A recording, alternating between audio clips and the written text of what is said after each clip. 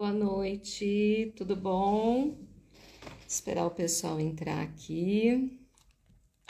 Hoje nós vamos fazer uma live sobre como evitar os pensamentos suicidas. Como lidar com esse tipo de pensamentos, tá bom? Então, Gi, tudo bom, Gi? Seja bem-vinda, Gi, Lu, seja bem-vinda também. Fê, seja bem-vinda. Então, hoje nós vamos falar, o tema é exatamente esse, como evitar pensamentos suicidas, né? Porque isso é uma coisa bastante comum, é uma coisa recorrente, né? Estima-se, Fê Mironte, tudo bom, Fê? Quanto tempo? Seja bem-vinda também, querida. Vamos esperando o pessoal entrar aqui, tá? Então, assim, estima-se que uma pessoa, né, em cada 5 pessoas já pensaram em suicídio. Então, assim, é um número bem alto, né? Então, você imagine, uma pessoa em cada 5 já pensaram em suicídio ou já quiseram desistir de viver em algum momento. Bi, seja bem-vinda também. Bi, saudade de você, viu? Então, assim, por isso que é tão importante a gente trazer esse assunto, né? Vai mandando o coraçãozinho aí. É importante a gente trazer esse assunto porque ele é muito sério. E aí existe uma questão, isso não é divulgado, né, muito em rede social, também não é divulgado em jornais, na mídia. O número de suicídios, os casos que ocorrem, por quê? Porque isso acaba estimulando, né? Acaba estimulando e muitas das vezes dando ideias para algumas pessoas, né, que já estão ali no momento mais fragilizado.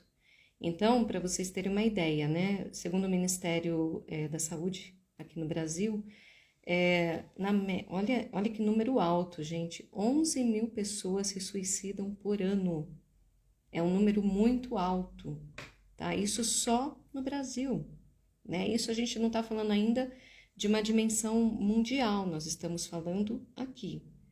Agora, mundialmente, é nesse número que eu tinha informado para vocês. 1 em cada 5 pensa em suicídio. E aqui no Brasil, 11 mil pessoas se suicidam por ano.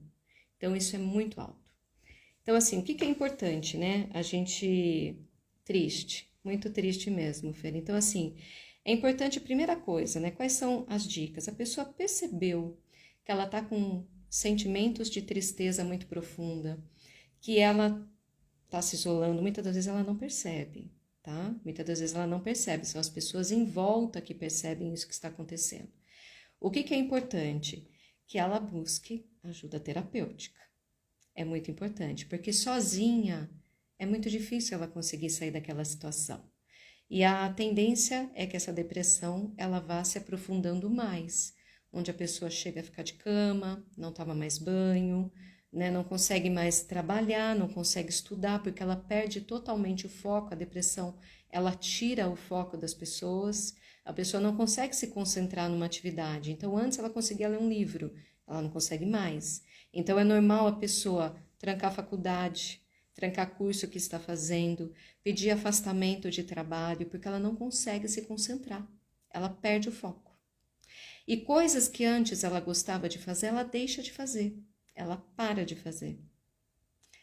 Gostava de fazer atividade física, gostava de viajar, sair com amigos, de se arrumar, se cuidar, para também.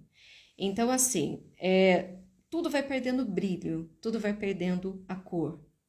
Só que muitas das vezes a pessoa em si, ela não tem noção, ela tá triste, né, muito triste, mas ela não tem noção que ela tá se afastando, que ela tá deixando de fazer uma série de coisas que ela fazia, que ela fica mais tempo na cama, que ela quer ficar isolada.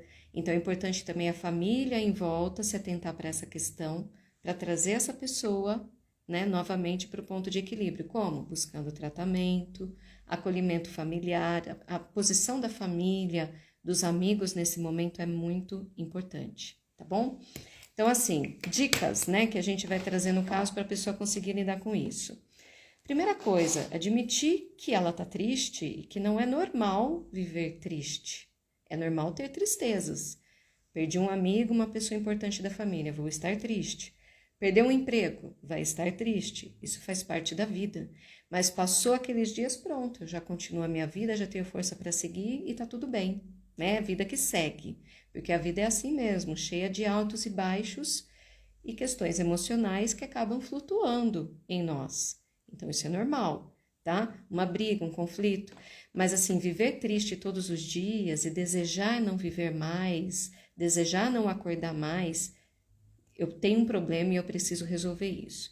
Segundo ponto, aceitar que existe solução para isso, existe tratamento. Ela não precisa viver sozinha, ela não precisa segurar toda aquela situação sozinha. Então, busque ajuda terapêutica, um psicanalista, um terapeuta, um psicólogo, busque ajuda. Não tente resolver sozinho. É normal, em alguns determinados momentos, a gente se enfraquecer, porque nós somos seres humanos, né? Às vezes a pessoa aguenta uma situação por tanto tempo, passa por tantas coisas ao longo da vida, e daí, de repente, ela cansa. Nós somos seres humanos, é normal.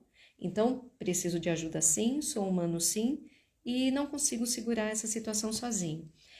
Terceiro ponto, cultivar bons hábitos. Por mais difícil que seja, tentar dormir de 7 a 8 horas por noite, evitar assistir filmes, séries com temas muito pesados, suicídio, assassinato, situações assim, tá? Então a pessoa está sofrendo por um término. Gente, está sofrendo por um término. Não vai assistir um filme onde já é uma história triste, que vai te deixar mais depressivo. Evita aquilo. Evita. Tira do teu caminho essas situações, esses momentos, tá bom? Isso é muito importante. Por quê? Porque mexe com o teu emocional e daí você acaba tendo mais uma recaída. A pessoa já está triste por uma série de situações que está acontecendo, ela vai ficando mais. Oi, Fran, tudo bom com você, querida? Então, assim, evita esse tipo de filme, esse tipo de documentário, não assista coisas nesse sentido, tá? Outro ponto, você está aí combatendo pensamentos negativos. Deixe de lado a vergonha. Não tenha medo de dizer eu preciso de ajuda. Não tenha medo de mandar uma mensagem para um amigo, para a família e falar, olha, eu não estou bem, eu preciso de ajuda, tá? Oi, Fran, querida. Então, assim, eu preciso de ajuda. Eu não posso mais segurar tudo isso sozinho, tá? Pense assim, nós somos humanos, ninguém é super-homem e mulher maravilha. Então, é normal em algum momento eu precisar realmente buscar ajuda terapêutica, conversar com um amigo, conversar com a família, isso faz parte da vida, tá? Então, deixe o medo e a vergonha de lado. Não tenha medo de dizer que precisa de ajuda. Converse com as pessoas que você ama, que você confia. Compartilhe as suas dores, o que você está sentindo. Mesmo que a pessoa não tenha uma visão terapêutica, você vai estar falando, você vai estar expondo, colocando para fora isso. E o seu sentimento de dor, de aperto, de angústia, alivia. Não tenha medo também e vergonha de chorar, porque chorar faz bem, tá? Eu tô triste, chore. Eu tô sentindo dor, chore, porque alivia a alma, alivia o coração e depois traz uma sensação de alívio naquele momento e também de bem-estar. Bem, além de todas essas dicas, dica principal, buscar ajuda terapêutica, iniciar um tratamento. Então, como que a gente trata, por exemplo, depressão, que vai levar a pensamentos suicidas, né? Geralmente é assim. E detalhe, isso acontece com crianças. Eu já atendi crianças que têm pensamento suicida, pré-adolescentes, adolescentes, adultos, homens, mulheres, tá? E de todas as faixas etárias, de classe social. Então, ninguém está livre de uma depressão, ninguém está livre de um tipo de sentimento assim. Tá bom? De querer apertar realmente aquela tecla off e falar, chega, não quero mais. Então, exatamente por isso que a gente precisa de ajuda e não pode ter medo, não pode ter vergonha, tá bom? Então, assim, essas dicas são muito importantes. Como que a gente trata isso em consultório? Muita conversa, muito diálogo, realinhamento de pensamentos e tudo mais. E outro ponto muito importante, hipnose. Tá? Na regressão, a gente consegue identificar em que momento que veio aquela tristeza enorme que a pessoa está sentindo. E a partir do momento que você ressignifica aquele ponto, tira aquela visão que ela teve daquele momento, você faz ela olhar com outros olhos aquilo ali, ela começa a se sentir melhor, a tristeza e a angústia vai aliviando até que chega um momento que ela se torna imperceptível e os pensamentos suicidas também vão embora, tá bom? A vontade de viver, a autoestima da pessoa começa a subir. Então, eu sempre falo isso quando a pessoa chega no consultório. Hoje, a autoestima da pessoa está zero. Se sente um nada. Passado um tempo de tratamento, e não é muito tempo, tá? Poucas semanas, a autoestima já começa a subir. A pessoa vai se sentindo mais fortalecida. E eu sempre brinco assim, quanto tá a tua autoestima hoje? Ah, minha autoestima, Dani, tá 0, -1, não existe. Aí passa um tempo, quanto tá a sua autoestima hoje? Tá 10, tá 9. Eu sempre falo isso, vai chegar um tempo que você vai falar que a tua autoestima tá 10, 9, 1000. Por quê? Porque vai subindo. E aí quem tem amor próprio não tem pensamento suicida. Pelo contrário, a pessoa quer viver. Ela tem prazer em viver, ela tem plano, ela tem projetos, ela quer realizar uma série de coisas, tá bom? Então, assim, outra dica muito importante no combate a pensamentos suicidas e no combate à depressão: exercício físico. E não precisa ser necessariamente dentro de uma academia. Se a pessoa puder, ótimo, excelente, tá? Mas, Dani, eu não tenho condição de ir para uma academia agora, ou eu não tenho tempo. Gente, 30 a 40 minutinhos de uma caminhada por dia. É isso, tá? 30 a 40 minutos de uma caminhada por dia já vai liberar a serotonina, a pessoa já vai se sentir mais disposta e é uma coisa que não vai pagar nada por isso. E já vai também combater toda essa tristeza, toda essa angústia, tá? Então são coisas simples e buscar o que gosta. Eu sei que quando a pessoa está depressiva é difícil, quando ela pensa em suicídio é muito difícil, porque ela fica cega. Por isso que é tão importante a ajuda terapêutica e por isso que é tão importante o apoio familiar. Dani, quais são os problemas mais comuns de pessoas que têm esse tipo de pensamentos? Término de relacionamento, a Lu está perguntando aqui. Término de relacionamento afetivo, divórcio, né? Porque a pessoa ela tem uma quebra ali total da vida dela, né? Ela tem um casamento estável por vários anos, de repente aconteceu uma traição ou uma incompatibilidade, o amor acabou, enfim, existe um divórcio. Oi, mãe, tudo bem? Seja bem-vinda. Pronto, isso já é o suficiente para a pessoa se sentir deprimida e não querer mais viver, pensar em suicídio. Esse é um ponto. Outro ponto, pessoa que tem problemas familiares, não consegue se relacionar bem com pai e nem com mãe. A pessoa chega em casa e ela não se sente em casa. Ela quer fugir daquela situação. Isso acontece muito com crianças, pré-adolescentes e adolescentes, tá? Oi, Lê, boa noite, seja bem-vindo. Então, por quê? Porque a pessoa ela tá ali inserida dentro de um ambiente, de uma casa que é dela, porque ela faz parte daquela família, daquele sistema familiar, só que ela não domina aquela casa. Ela tem que respeitar regras, ela tem que respeitar o pai, a mãe. E aí quando a criança, né, ela chega na pré-adolescência ou até mesmo na adolescência, às vezes um pouquinho mais, quando a criança já deixa de ser criança e já se torna maior, né, maior aí de idade, 18 anos e tal. Aí o que acontece? Eu tenho que respeitar essas regras e eu quero fazer as coisas da minha maneira. Aí o pai e a mãe, eles precisam ser mais incisivos. Aquela criança, né, aquele pré-adolescente ou aquele jovem, ele não aceita. Aí ele não quer mais ficar na casa, ele quer ir embora, ele quer fugir.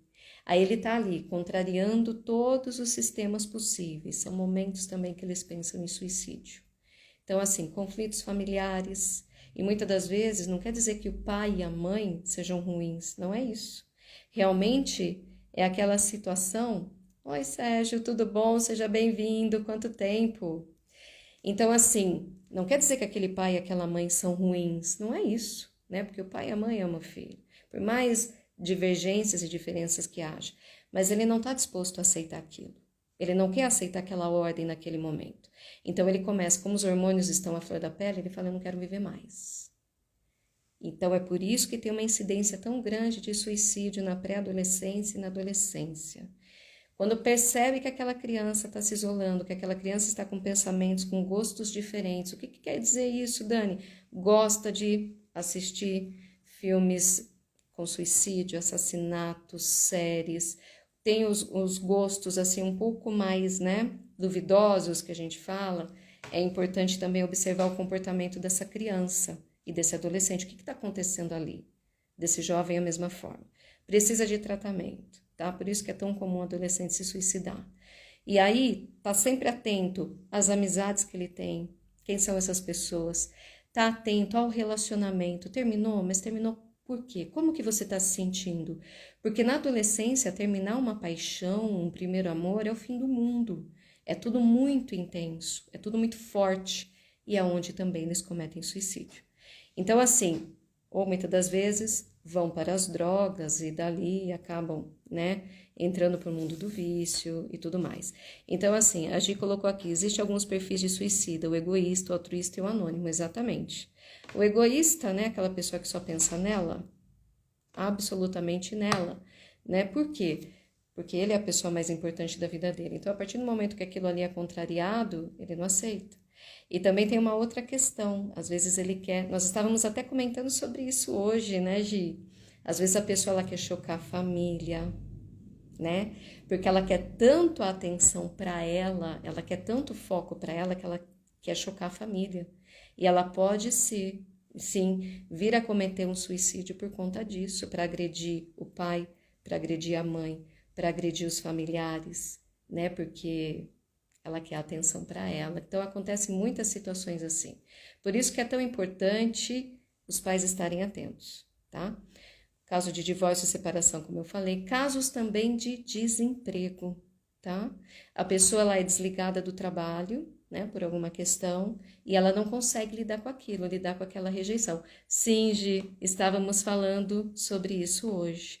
Ela não consegue lidar com aquela rejeição. Então, tem muitos casos também onde a pessoa ela é desligada do trabalho, ela começa a vibrar naquela energia pessimista, que ela não vai conseguir se reestruturar, tá? Se levantar, e daí o que que ela faz? Ela acaba cometendo suicídio.